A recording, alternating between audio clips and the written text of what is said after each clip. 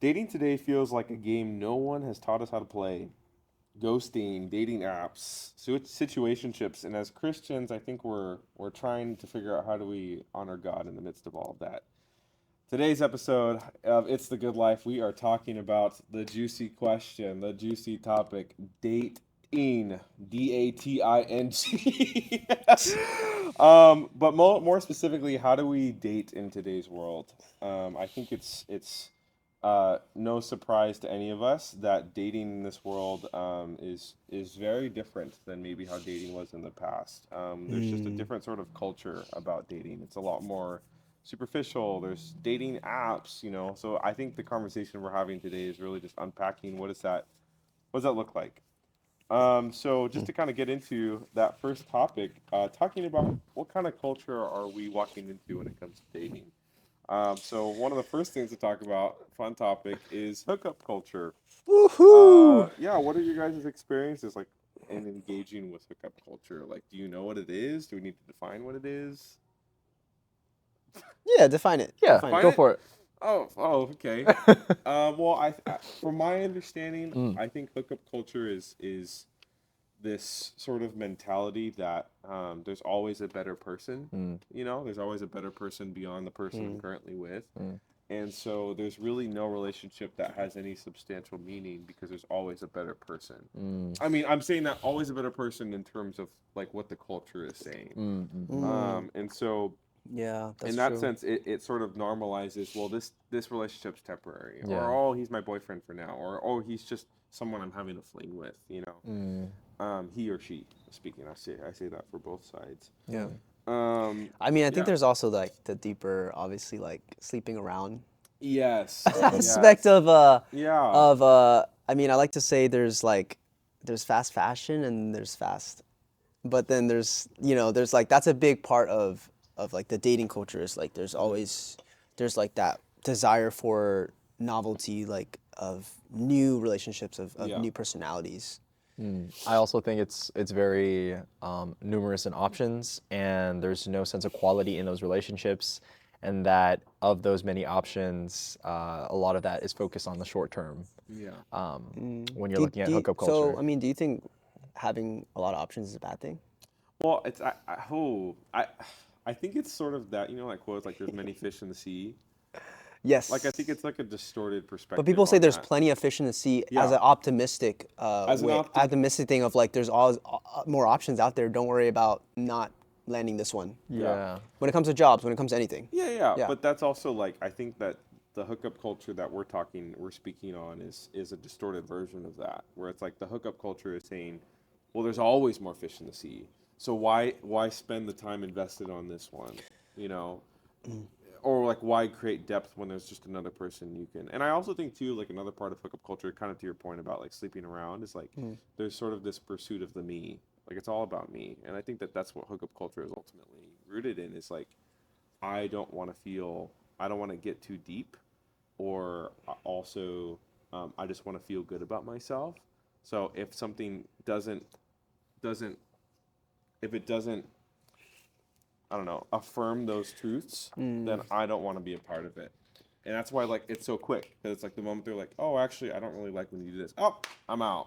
Like I'm not going to stay here to deal with that conflict. So is that a result of, just to dive a little deeper into that, is that a result of people being more clear about what they want? Or is that just the abundance of options leading someone to a lack of commitment? I mean, That was a fire question. Yeah. Let's just let that sit for a second. yeah, let's give it a moment. All right, the moment has passed. I need answers. No, go ahead. I think both of those I things think are both are true. true. Yeah, They're I so agree. true. Both Yeah. of them, what you Both of said. them are Yeah, I think equal. both It's a lack of commitment, and then what was the first thing that you said? Well, like a lack of commitment, and then also like there's many options. Like Yeah. people know what they want. People know what they want and the lack of commitment. Yeah, So you think it's a combination of both? I think it's a combination of both. Because I think anyone in hookup culture, even if you're definitive on knowing exactly what you want, then the other one must be pretty true. Like the fact that if you're going around with multiple people and you have your options and you know your options, then it's like there's a lack of commitment there. But you're only committed so much to the person that you're with for a short term. and that's only for a certain amount of time. And then if you flip it on the opposite, if you're actually pretty committed, or going with the analogy, sorry, your lack of commitment is showing, then it's like, okay, maybe you actually do know what you want, and it's just that, and you're not really getting fulfilled out of that sense of I relationship. mean, you think most people date around knowing what they want and are going around looking with that kind of idea in their head? But I think Or- that's the problem. Is it's not only that there's an attitude that there's more fish, there's always another better person, but it's also the distorted perspective of what should we want. And I think Yeah. that goes back into our last episode about how letting God design our perspective of the person that we should be with. Yeah. Right? Like setting the standard, if you would, right? But I think that goes into the, how hookup culture and social media are integrated, right? Where it's like there are unrealistic expectations just on a physical standpoint for what our ideal person should look like, Yeah. right? And it's like we set that expectation in our minds of, oh, like they're going to be a Kylie Jenner looking person. And it's like that's not even realistic. Like Yeah. even Kylie Jenner herself is like not a totally realistic looking person on the everyday. Yet there is this standard that's set by that Right. of, oh, my ideal person should look like that person. And that also plays into the role of like, oh, like I'll play with this person for now, but they're not my ideal, Yeah. Yeah, I think it's interesting though, like also you touching more so on the aspects of like a physical attraction Yeah. as a qualification rather than like more the depth of like emotion and personality. Exactly. Which, well, I think is a part of dating, like that kind of dating culture, the way it is today. But I wonder, like, it's interesting how we like view dating, because I think the question that comes to mind for me is how often do we think that we're looking for someone and that we should have, like, we want a certain person that we may not necessarily deserve at that point in our life. Like we're not ready to receive that caliber of a woman or that caliber of a man because we haven't done, as we talked about in episode 16, the self-work that we should have done in our season of singleness, and we've just hopped into this new relationship without having done that work. Man, this obviously is getting so juicy. It's only 7 minutes in.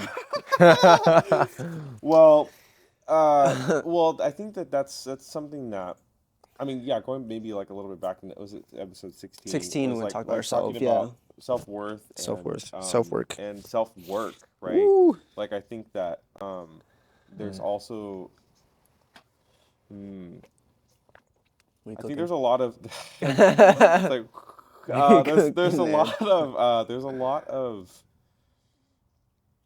there's a lot of promotion about the comparison game, right? Like as an outcome of social media, right? Like I am a better person than the person beside me because I own this car, I own this Do you think house. that's like actually how like people think when they post on social media or when they're using social media, or is it like an intrinsic thing? I think it's not necessarily. That's a really good question. I don't necessarily know. I think that people might be aware of that. Yeah. I could speak that for myself. That there are maybe times when I'll post something and there's an intent. There might be a subconscious intention of trying to flaunt, like whether I'm aware of it or not. But then there's the flip side of like just being proud of your Yes. accomplishments Yeah. and trying to share that as Or a being- highlight. Right, Yeah, you like know. being proud of the friends that you're with, or Yeah. something that you accomplish. Like I think that that's one thing, but there's another thing about what's the true intention of it.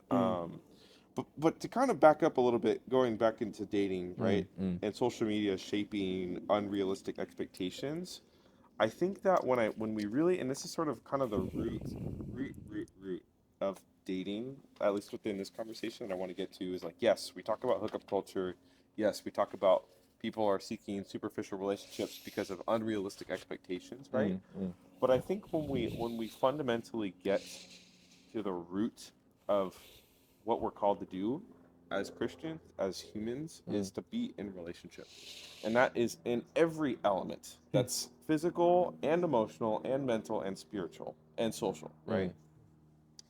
And so kind of going into the conversation of dating apps, right? If relationships are all about that sort of holistic relationship, how do we, and we live in a culture that's very much media based, like how do we, if someone's looking to date and maybe they've exhausted in their mind seeking relationships in the physical plane, and you go into the meta plane, how do we go about doing that? How do we go about sort of pushing against this hookup culture, but also sort of on the playing fields of hookup culture? You know what I mean? Hmm. Because I feel like maybe this is something we can get into before we get into that, is like dating apps are kind of, it's hard to, like Tinder, right? Like Tinder in my mind is like hookup culture. Okay, so I guess to backtrack a That might be little, a strong I mean, to backtrack it, what are your Yeah, guys' yeah, thoughts on on dating dating apps? apps? So we're talking in concept on dating apps, right? Yeah. Okay. What are your thoughts? Do you think it's the good, the bad, the ugly? Like what I what like that a parts of lot. it do you enjoy? Yeah. What's your personal experience with it maybe, or Okay. even like, do you think that it works? Do you think it's from the devil? Do you, like, what is it? Ooh. Wow. Strong That's words. yeah, Strong for real. words. Potent. I would- Throwing that out I'm gonna there. lend it to you first, because I always I have think- too many thoughts. No, you're so good. I have And way I too love many your thoughts. thoughts. Thank you, David. Thank you. Hey, I love them too, man. I'm over Hey, here, I'm man. speaking here. No, just David. Just David. I think from my own personal take on dating apps, I don't necessarily like them. I don't really affirm or walk by them. I honestly carry such a traditional mindset of like, if I'm going to meet the person that I marry, it's going to be in person. And I'm going to go out and, not use pickup lines that are super like just out of pocket, but rather build genuine connection with a person outside. And then I think a connection with that to affirm like our topic of like social media and like dating app. Social media, I think, can be a sense of connection in order to uprise in communication and then meeting more in person and then, hopefully getting more deeper and intimate as far as like a phone number or something. But when I look at dating apps, for me, I personally choose to stay away from them. And I'm not a person that really walks, in accordance with dating apps. Yeah. Cool. No, That's just briefly, I yeah. like this panel because I know there are differing opinions on this side Yeah, of there the- are for sure. for sure between the three of us.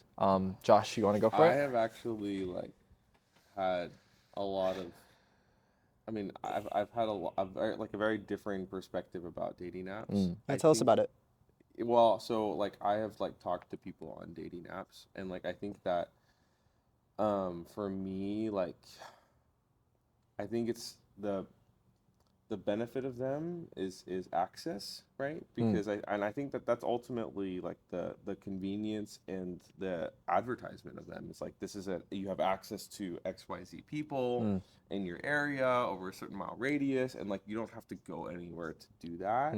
And I think that has been convenient, but I think the great downside is that just like with texting, you can't read emotion through text, right? Like you can't read body language through pictures. Like you can get a snapshot of a body image and body language, but it's really not a true reflection of the person. Right. I would say for me, like in my success of using a dating app, I think it came from like trying to pursue depth first. So it's like maybe the first text isn't like, oh, you look so pretty. It's like, I think it's hilarious that you like Star Wars too. Yeah. Or like we jump the ship of the physical, which Right. is what the superficial side of dating apps is, and we jump immediately to the emotional social. And so like I think in that respect, dating apps can be helpful, but I also do think that the trade-off of that is like in order to continue to try to gain depth, it's so exhausting to like continue to put emotions out there and like try to gain depth really quickly. Yeah. Because I think that that's also the downside, which again goes back up. Not that every person has this attitude about it, but there's like always another person you could be messaging. Yeah.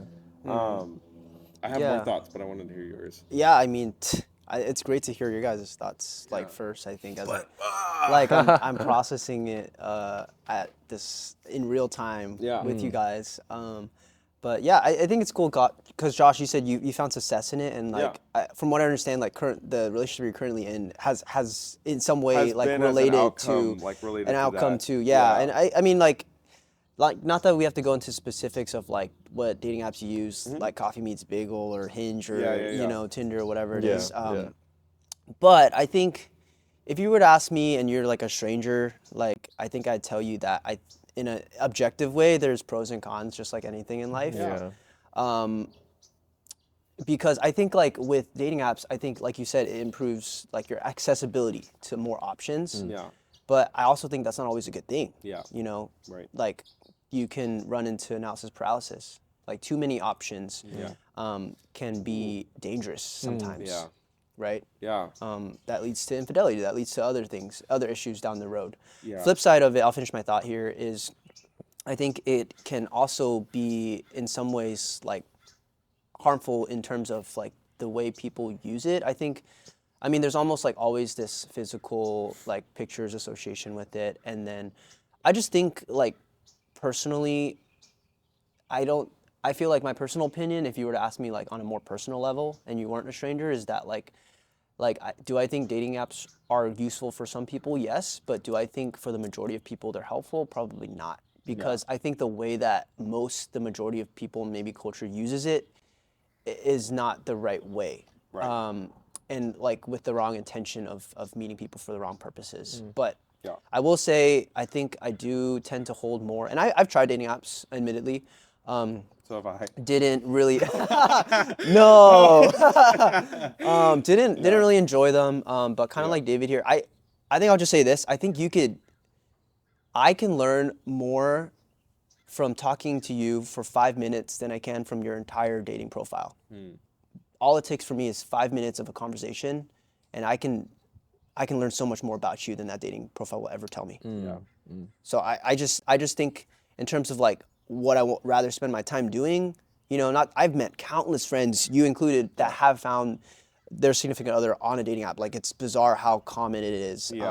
And like how often people find their significant other on Hinge or whatever it is. But, you know, I think it's different for every person, you know, and it's specific to you and like to how you are using that. Like it's the intention that matters. Yeah, I mean, I think that's something that you're kind of talking about, and I wanted to kind of hone in on that, and this kind of goes back up to like the hookup culture, is like the intention of why you're using dating apps, right?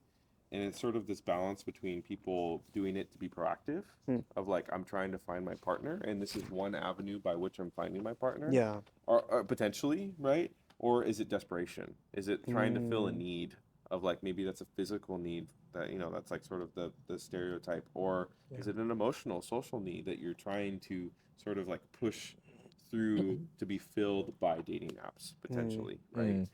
And so kind of going back to your point, like, are we seeking attention or are we seeking genuine connection? And I think that's kind of like, I think the root of it though is this question about why do we feel like we have to be in a dating relationship? Like what's the drive behind it? That's a great question. And we've touched on topics of loneliness in the past. We've talked about like social media, and like I'm sure that all has a role to play in it. But I mean, what comes to mind when you think about like this idea of dating and why is it so attractive? I feel like it comes back to that root of we don't want to be alone. You know, like it's coming from someone who's like been depressed. I think that there were many seasons while I was depressed that I convinced myself that if I was only with somebody that I wouldn't be depressed, which is like so far from the truth. You know? And I'm sure I could speak on that for people who are listening who have maybe encountered the same feelings. Because we don't want to be alone. But I also think that we also are designed to be in relationship. And that's not, again, and we've talked about this before, that's not necessarily romantic. That could be friendship, that could be community, that could be family, right? Like we are designed to be in relationship. So it's no surprise that like we are trying to pursue that, you know. I think from what are your thoughts, David? Did you want to finish your thought? No, I'm just, my brain flies at 500 miles an hour, so. Oh, I'm here to ground you, so. Oh, thanks, Of bud. course. Thanks, bud. Come Well, on. I just want to acknowledge both your thoughts, Josh, and what Anthony was saying, because I mean that's a very both valid point to share. One, the question that you're posing, Anthony, is like deep down root, essentially, like why are we having to understand that this relationship is what we need, and then Josh, you sharing experience of like the brutal, frank truth that we do not want to be alone. I absolutely agree with both of those statements and those questions.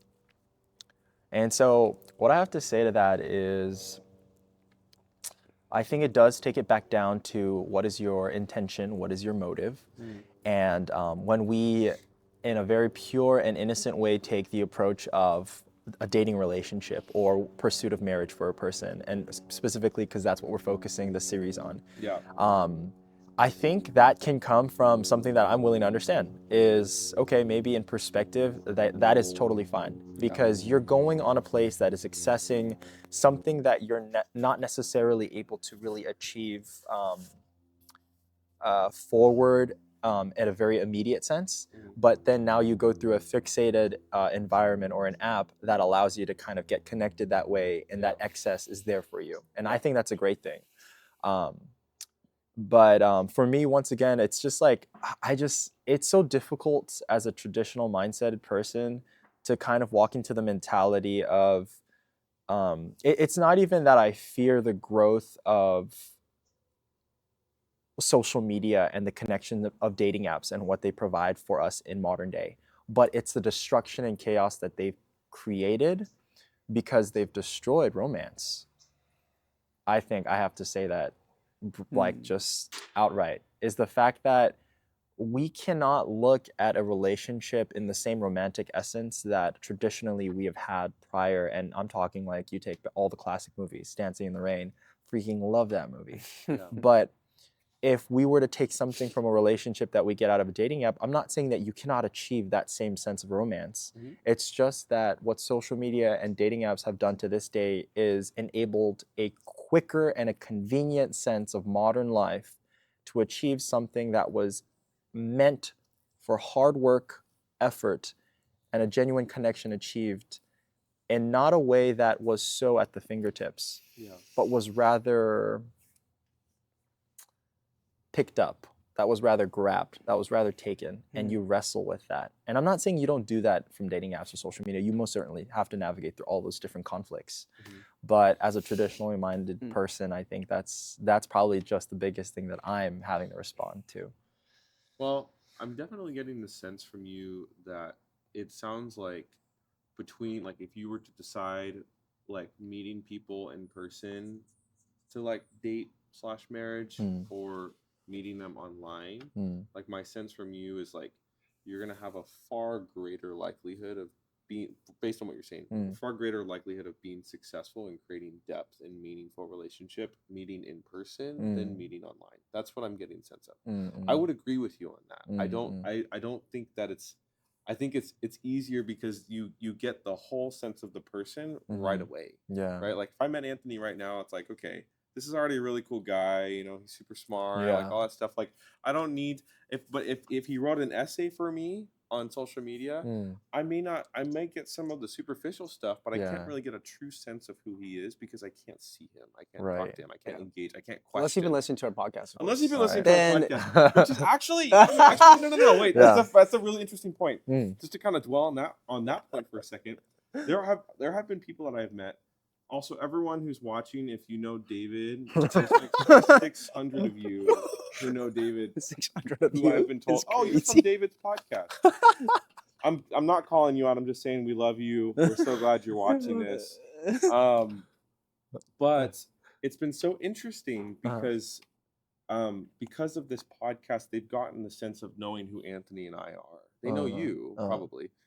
Everyone knows you, but they learn about who I am and who Anthony is too, just as an outcome of engaging with this podcast. Right. And this is social media. They aren't actually meeting us, but this is a platform for us to show and be who we are and stuff like that. And I think that in some ways to kind of not push back, to give it a little bit more. Right, I think that like apps like Hinge, for example, include like a video feature where you can like post a video of yourself or a recording of yourself Yeah. to add more of that depth. Yeah. That again, a picture, a paragraph about you can't do justice in. Right. Right. Right. And so I completely agree with you. I think meeting in person is absolutely ideal, but we live in a culture that's probably not going to continue to be the standard. Yeah. And so if that's the case, right? If the new playing field is now dating apps are it, Right. I think the question that we have to ask ourselves, if that's the option that people are going to, how do we promote real, authentic relationships in that new playing field? I hear you. Right? So it's like, yeah, you have the traditional field, but I don't know if that's ever gonna. Yeah. I don't know if that's ever gonna be the main game again. Well, do you think? Yeah. Well, David, do you think like most people are already kind of moved on from that traditional mindset, or do you think there are still people out there that want to meet organically without without the use of dating apps? 100%. I cannot be the only person in this world. In the same way where I went through my traumatic experiences growing up, we go through this thing called egocentrism. And in psychology, you focus so much on like, oh, everything's about me. Everything's only about me. Yeah. I've gone through, for example, a lot of hardship that way. But the reason I'm bringing up this analogy is because the truth is everyone goes through that. Everyone is going to have at least 2 to 3 ACEs. We call that adverse childhood experiences, ACE. It's an acronym. And so whether that's the separation of parents, whether that's alcoholism or substance abuse, whether that's you going through addiction, wrestling whatever difficulty of sin in your life, those hardships, they're going to come naturally. Everyone in society is going to go through them. Yeah. In the same way, when I look at dating, if I have such high standards where it's like this person has to love God with all of their heart and I need to see it in their action when I'm picking them up from the airport or when I'm, picking them up from, because they work at a daycare or something, like seeing how they interact with the kids, or whether that's like I take them to church, how do they respond in worship, And if it's nothing related to anything like that, then when we go to the cafe, how do they order? How do they talk to the barista? Yeah. And having high standards like that allows me to recognize that I know for certain, because the truth is there's no way that there's going to be one thing that I'm going to be held completely unique to, that God enables that sense of variance. And so the playing field is not just small, it's smaller. And I'm okay with that because there are still people in that smaller. So you're not afraid of lessening your options, like of cutting down your options at all? If I have to cut them down for the sake of the clarity of Christ, then that's not a problem. Because so that makes yourself unavailable to anyone else that's on absolutely that uses the app, right? Is what I'm kind of understanding, maybe. Yeah. So yes, but then once again, since I'm playing the traditional field, if they're out, they might have the app. I don't have the app. And if they're out about in the cafe and I'm talking, I'm like, oh wow, nice to meet you. Like, and we go from there. Then it's like, okay, well, there's that standard there because they're using it and I'm not. But then I get to learn that about them. I think it's really interesting because you talk about this like playing fields almost as like this environment that you're in, of this I don't want to call it a game because dating is definitely not a game, but like this game, if you will, for lack of a better word. But I wonder, I'm pondering this in real time as well. Like I wonder if your vision of that is like, are you just playing a different game of like traditional mindset versus dating on apps is cool? Or are you just playing the same game but at a disadvantage of you having less options as the next guy, right? Anyways, a lot of thoughts there, but we've been talking about dating apps for like the past 20 minutes. Okay. What consensus are we coming to? Well, I guess in my mind, like, just based on my experience, and I might be biased. I might be biased towards this. Cool. We love bias. Yeah, I very much agree with your sentiments about like being in relationship in person and meeting in that capacity is the ideal. It is absolutely the ideal. But I also think that we live in a culture nowadays where the playing field is so much more media focused. Yeah. For better or for worse. Right. Right. And not to say that we should like adhere to that playing field and be like, yes, this is what it is. Now we have to like completely align to that. Yeah. But I don't think that God can't open doors through that. And I think that that's my experience is like, yes, God opened the door through that platform, but oh my gosh, how depthful the relationship has been. Like that was the door that opened, and then everything else happened the traditional way. Yeah. In a That's a sense, good you know point. what I mean? Yeah. Yeah. And so it's like I think that for me, it's like it's not necessarily like I don't view it. I absolutely. I mean, every way that you can meet people in the wrong places in person. Think about that, right? You can meet people in the wrong places anywhere. Yeah. Right. Yeah. You could argue that about dating apps just as much as you can in person. But I think the most important thing, I think this is the root of what we're getting to, Right. is like where you meet people matters and how you meet them matters, and then the way that you go from there matters. Sure. Right? Yes. Yes. That's valuable. Yeah. I think seeing, I probably should move on to a different topic, Yeah, but yeah. I think seeing it as like dating app is the new sheriff from town, right? Whether Yeah. you like it or not. And it's, as a Christian, like perspective wise, you either have I think there's two options. You either conform, right? And or you either adapt, right? And sometimes there's a fine line between those things. Yeah. Like, but then like we're not called to conform to the world, Yeah. but the word is a living word, and like, so how do we adapt in the midst of that? Yeah.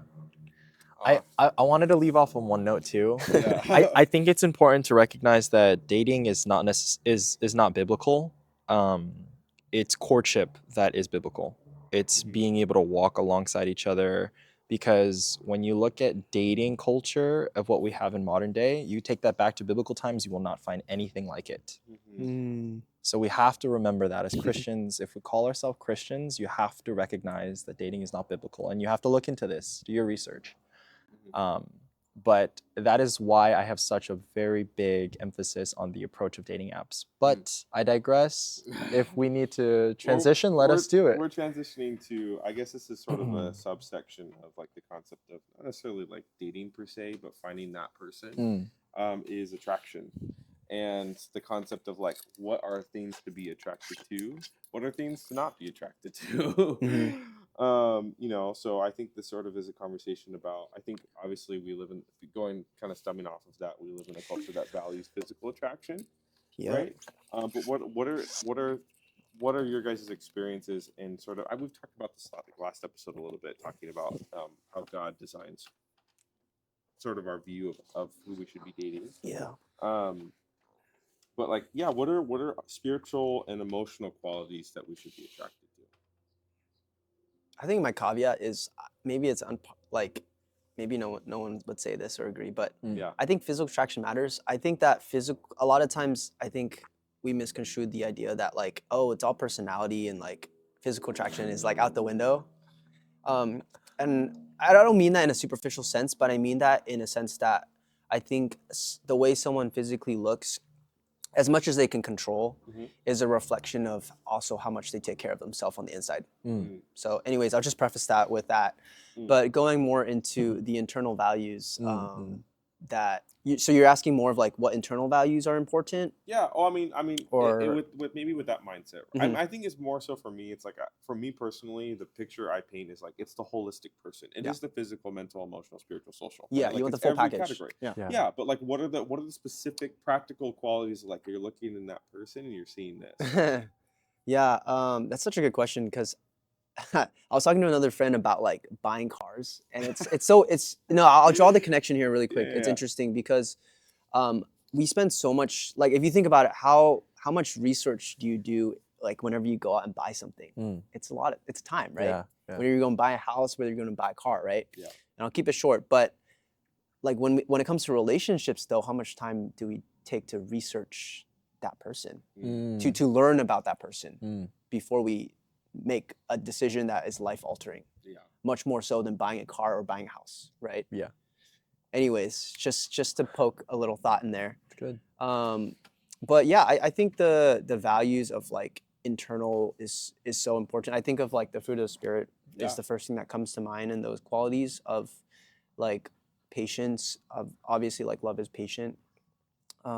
As someone who can be impatient at times, I definitely value like a lot of understanding and compassion Grace. and just grace. Yes, because yes, like I make mistakes. Yeah. Whoa. What? That's I do those too. No, no. crazy. What? Is I it just could me or is it never- what? No. You're not alone. I could never guess that you were a person that makes Yeah, like mistakes. I make mistakes sometimes, you know, it's crazy. But we're human, you know, and part of that also in the fine print is that we're also imperfect. Mm.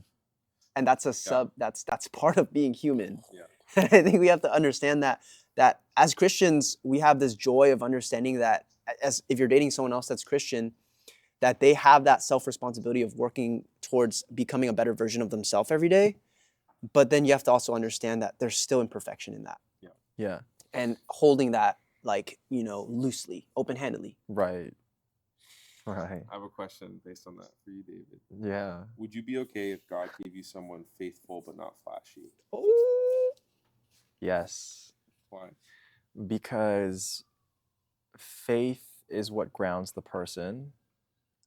Flashy doesn't ground the person. Yeah. Like, I think from a very direct standpoint, there's no hesitancy about that. I And mean, I was asking rhetorically because I knew. yeah. Yeah, but I was just, you know. No, and you're so good. I the way that I'm taking that question is just like a beautiful, like, if you know what you want with Christ at the center of your life, then when you look at a person and it's faith over flashiness, then yes, Yeah. it should be that faith, because that is what should bring the people together as well. It shouldn't be the flashy that brings you together. It's like, oh, you like this car style too, or you like this aesthetic piece too. It's like, no, it's like, oh, you recognize children are a very important part of the generation, and like their faith also needs to be worked on and built at a very young age in order to build and grow together. And it's like, yeah, and I want to connect on faith level to that. Or, oh, in a biblical marriage, we are to, you know, abstain from sexual intercourse until, you know, we're actually married. Yeah. Something like that. That actually brings a So, yeah. question for you, Josh, actually, that I have. Curious to pick your brain on this. I mean, as someone who's been in, you know, like has experiences with more than one relationship, I think I'm just curious to think about how you view, like, you mentioned this idea of like going into a relationship knowing what you want. But I'm curious to ask you, like, does that qualification or that list of things that you're looking for change from relationship to relationship, and how has that been true in your experience? Oh man. Well, I mean, we're gonna get into it next episode, but I have been married, and I'm separated now from that individual, and I think that it's hard. I would say I have a lot to speak on this topic, and I know we'll get into that next episode, the finale. But I also am aware of the fact that my expectations going in that relationship were that of a 15-year-old who had no real conception of like what I should really be looking for. But you also came out as a 20-something-year-old, as a right? 24-year-old, yeah. So that I'm 23-year-old. sure that experience had to have transformed you in some way or another. Yes. Oh, 100. I mean. So that's kind of what I'm Yeah. driving at. Oh, Like, yeah, what is yeah. that transformation, and like what kind of things did that last relationship maybe teach you into going to the next one? Yeah, I'm a completely different person than Yeah, when I was for going sure. into the relationship.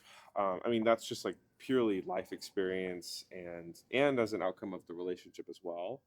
But I do think that one of the most important lessons I learned is you have to that I want to be with a person that makes me a better version of myself, not a person who makes me a lesser version of myself or makes me willing to compromise who I am or what I'm called to do for their own sake. That's something that I think that's the biggest takeaway. And so when it comes to, I think going into the concept of thinking about dating and what's the type of person that I want to be with, I think that played a really big role because I'm like, I want someone who will see the calling that I have and says, I want to help you go in that direction even farther than you were going to go on your own. Yeah. You know, less so than don't go without me. Yeah. You know, like don't leave me. Like that's no longer the mentality I have. I think the challenging question I don't for know if me I is was getting to you. yeah, no, that's good. I mean, I think my question was phrased to in like it was too easy for you. I think I think my follow up to that is like going into that first relationship. Were you not already looking for someone that was gonna improve you? Ooh. I mean, I think this gets in a little bit more depth. Absolutely, No. yeah, I think yeah. it's a little more depth because I also think Right? and 'Cause- I think this is a really good segue sort of into the second half. Yeah, Second not to last put you on the third. spot. I mean, No, I think no, there's no. like This is, I'm driving. I think there's like a really deep point there. yeah. I think that oh man.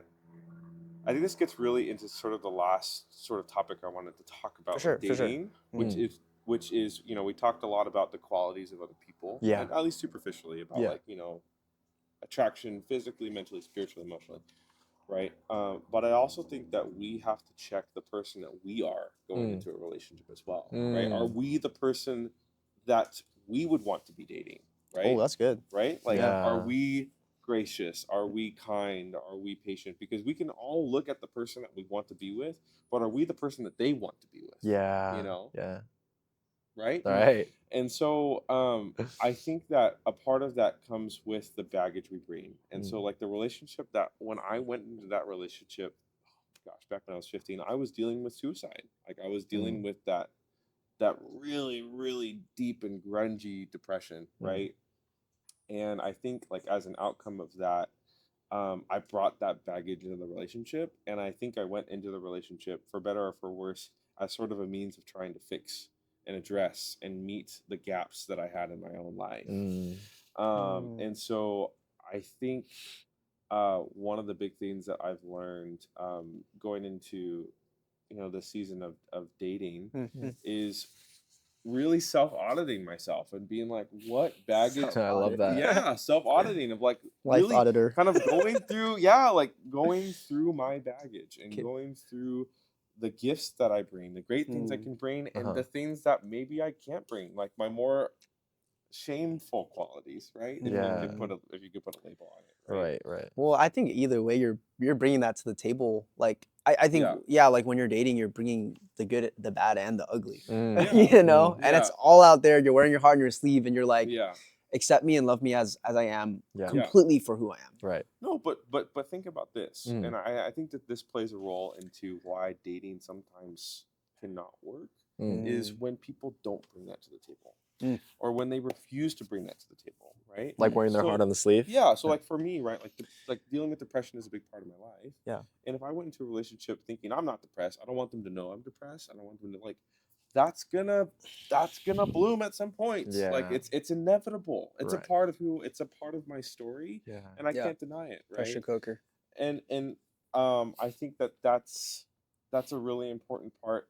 I think also too when it comes to setting boundaries and is expectations. That's right. So to your question, right? It's like for me, it's like I don't, and I think we've talked about this. I'm gonna put it out there. Is I date to marry. Okay. I don't date to mess around. Yes. Right. So yes. if I'm being with you and I'm staying with you, I'm committed to that goal. Yes. And if you're staying with me, that means you're committed to that goal too. Dan, can I stay with you then? So are we all in consent? I was like, whoa, Hey man, that sounds really nice. Isn't he talking to someone? That sounds really nice. Hey, I don't hear that often. I think we're all on consensus with that. Yes. I Right? think Can we are all too. agree, guys? Yeah, Oh, I yeah? think we are too. Anthony, I need a yes from you. We had a conversation. Absolutely, yes. We had Golden buzzer. we had a conversation about that a long time ago. Probably 4 Many years ago. more than 4 any years? Yeah. That was a long time ago. We go way back. Yeah. Yeah, I was like, what do you got on that one, David? Before we free soloed El Capitan in Yosemite. Oh man. Whatever. Okay. Whatever. Just kidding.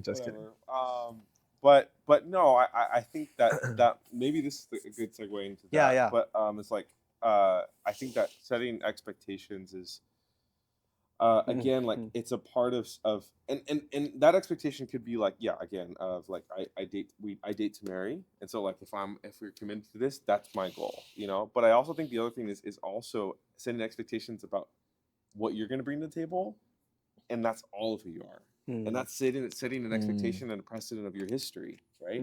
So like I think I was not right away, but like as depth was made, I was like, just to let you know, like this is what I deal with. Yeah. This is what I work with on Yeah. a daily basis. Right.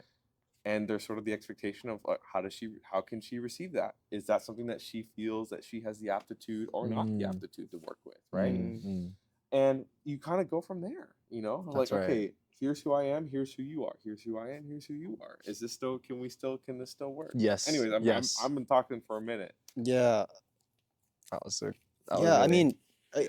I feel like the question I have with that though too is like when do you have that conversation? Because Oh, I feel we like talked about this I last feel like episode. dating well, so dating to marry versus, you know, dating for experience, right? So Yeah. like just a soft landing on that, like because I think from my experience, like there's almost like a too serious note of like if like we're always just thinking about marriage, so we can't even like enjoy the dating or like the courting process, whatever you want to call it, right? Yeah. Right. Like I'm just like, oh, like if this is not driving us towards marriage, like we're not doing it, you know? Like we're just not gonna.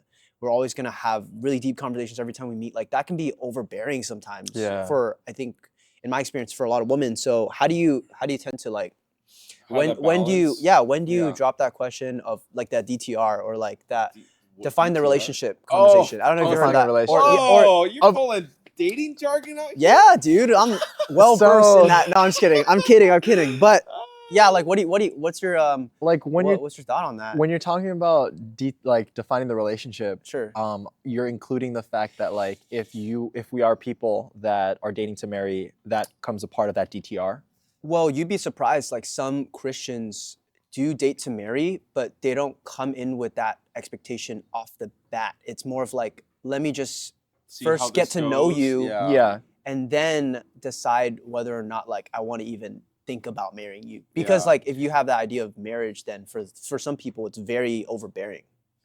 From what I've seen. Oh, that's a rough one, man. Oh, well, so like yeah. I mean, I have a very limited experience. So I mean, maybe that's different for your understanding. Yeah, I mean, is this a good point to kind of, I guess, get more clear on our background as far as like Yeah, dating sure. and how our experiences, just briefly. Yeah. So so clearly for me, I've personally never been in a boyfriend-girlfriend relationship that was labeled, but I've been in some situationships. I'd say only 2 definitive situationships my entire life. Never dated anyone in my entire life. So, yeah, that's me. And then do we all want to kind of like? Okay. Okay. I'll go next. Yeah, man. Yeah, I was in 2 like long-term relationships, like relationships in middle school, 1 relationship in high school, and then I was married for 8 years. Wow. Yeah, and then that ended, and now I'm dating somebody else. Ooh. Yeah, Wow. I say somebody else, but she's fantastic. Talk about roller coasters. Yeah. For me, I was dating someone when I was probably in like, I don't know if it counts, but it was like back in like elementary / middle school time, like Oh. way too young. I don't even really count that one, to be honest. Wait, I didn't know about that. I don't remember that one either. Hey, goes to show. And then I went through like probably a good 10 years of being single, like up until college. And then it was like a long period of time, Okay. very just like antisocial, didn't have any kind of remote like any relationships there. It's a good one, huh, David? That's a good one. Yeah.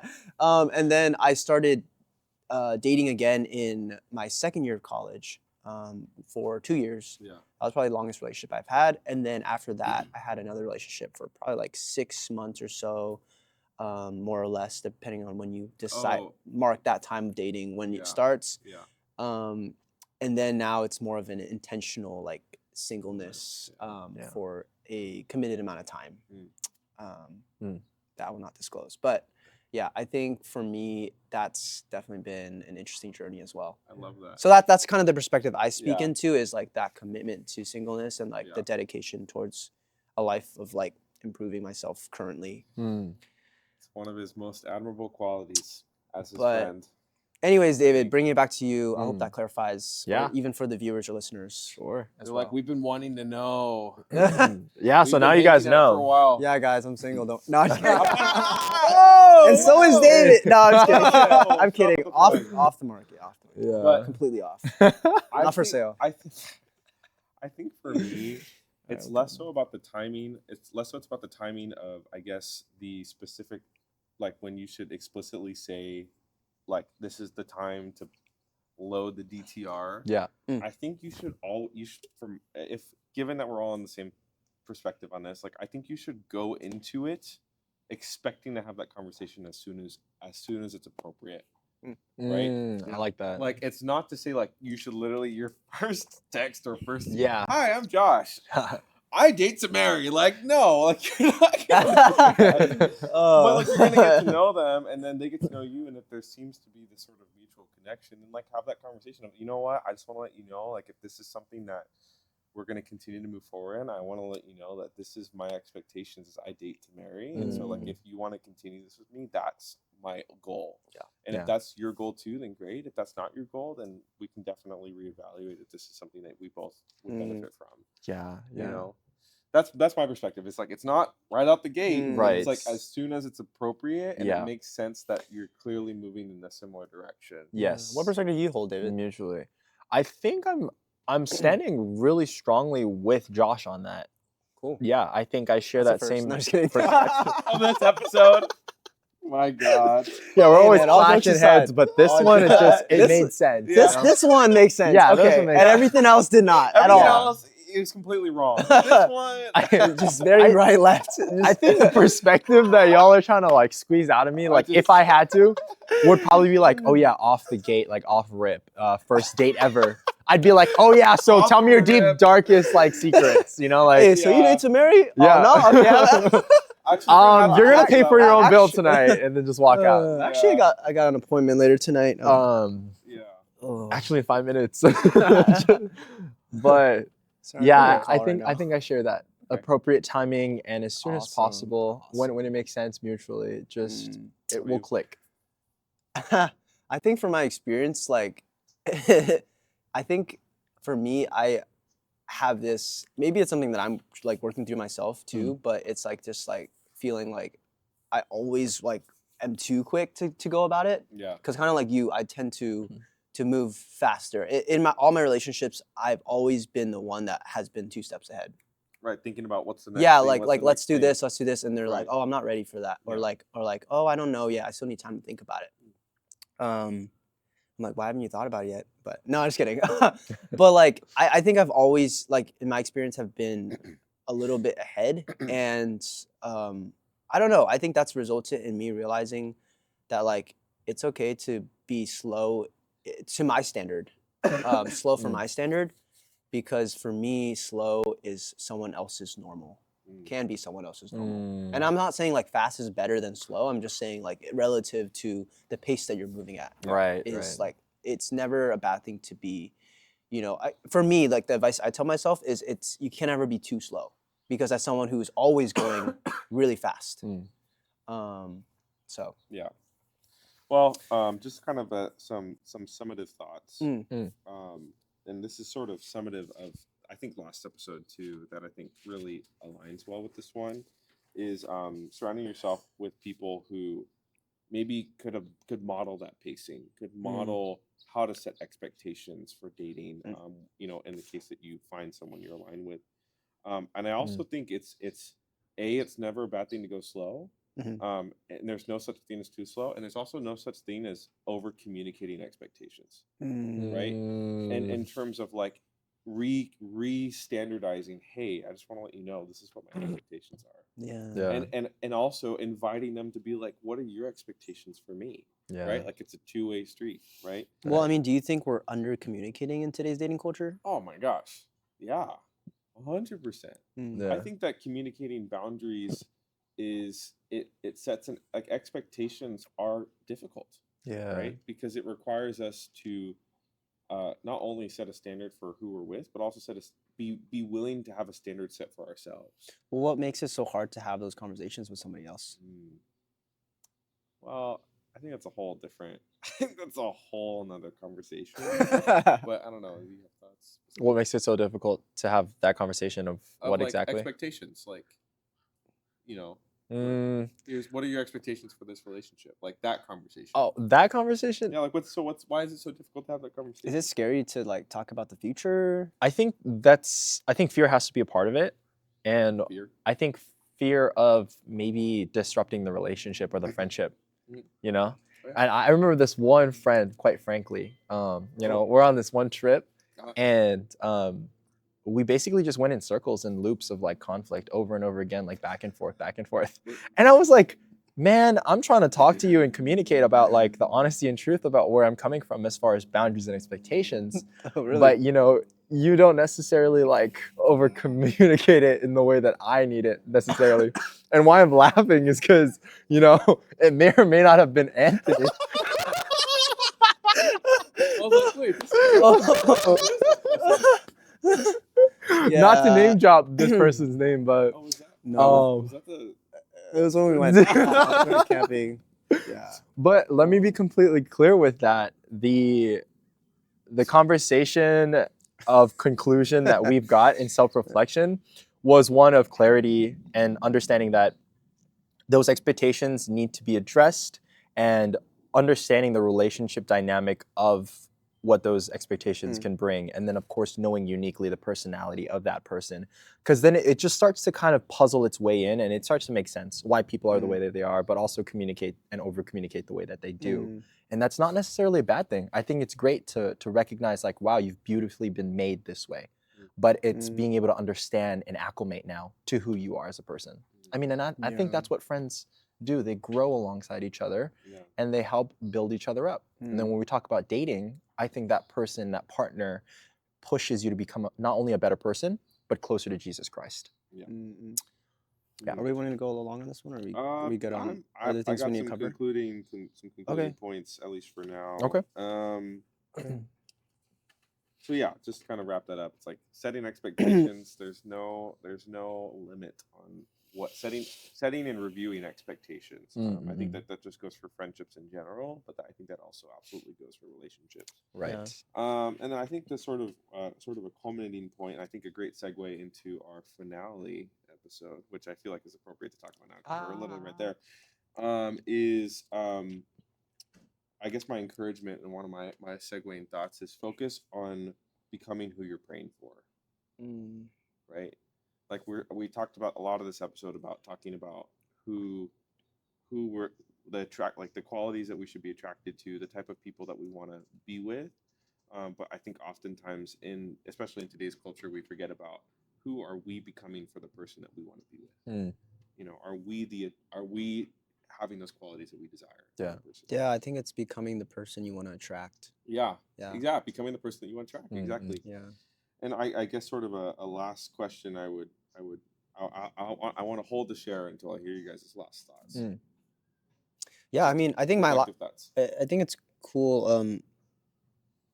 I think on that last note, I think I don't know if you've heard this like analogy, but if you're wanting to, like catch a butterfly, you don't just go around like trying to grab one, right? Like look around and like grab your net and try to catch one. You build a garden.